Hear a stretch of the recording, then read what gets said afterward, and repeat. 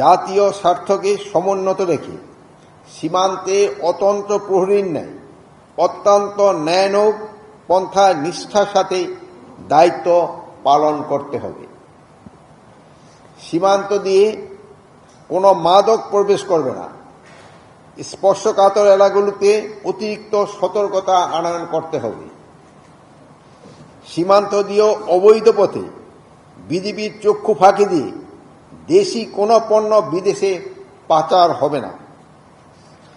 যে সকল কর্মকর্তা কর্মচারী চোরাকারবারি ও মাদক পাচারদের সহায়তা করে কিংবা সাহায্য করে তাদের বিরুদ্ধে কঠোর আইনানুগ ব্যবস্থা গ্রহণ করতে হবে।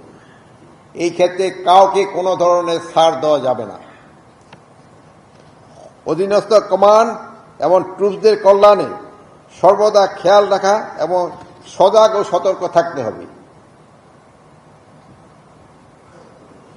একটা জিনিস সবসময় খেয়াল রাখবেন, ডিসিপ্লিন, ট্রেনিং অ্যান্ড ওয়েলফেয়ার তিনটা কিন্তু সাইড বাই সাইড চলতে হবে।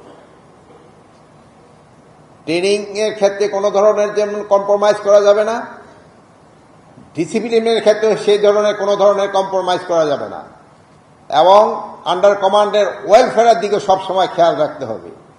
শুধু নিজের ওয়েলফেয়ারের দিকে খেয়াল রাখবেন না, আন্ডার কমান্ডের ওয়েলফেয়ারের দিকেও খেয়াল রাখতে হবে।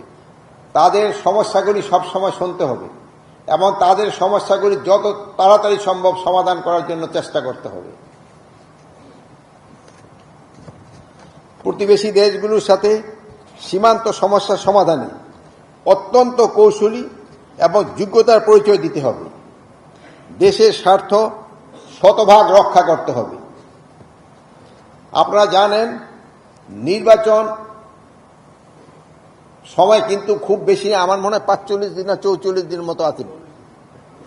এই নির্বাচন যেন সুস্থ, শান্তিপূর্ণ এবং ফেয়ার এবং উৎসবমুখর হয়, সেজন্য আপনাদের যত ধরনের প্রস্তুতি নিতে হবে, আপনার প্রশিক্ষণ নিতে হবে এবং এই নির্বাচনটা উৎসবমুখর করা আপনাদের কিন্তু একটা বড় দায়িত্ব এবং এটা আপনারা ভালোভাবে পালন করবেন এ আমি বিশ্বাস করি এবং আপনারা এই জাতিকে একটা গ্রহণযোগ্য নির্বাচন উপহার দিবেন এ আমার আশা।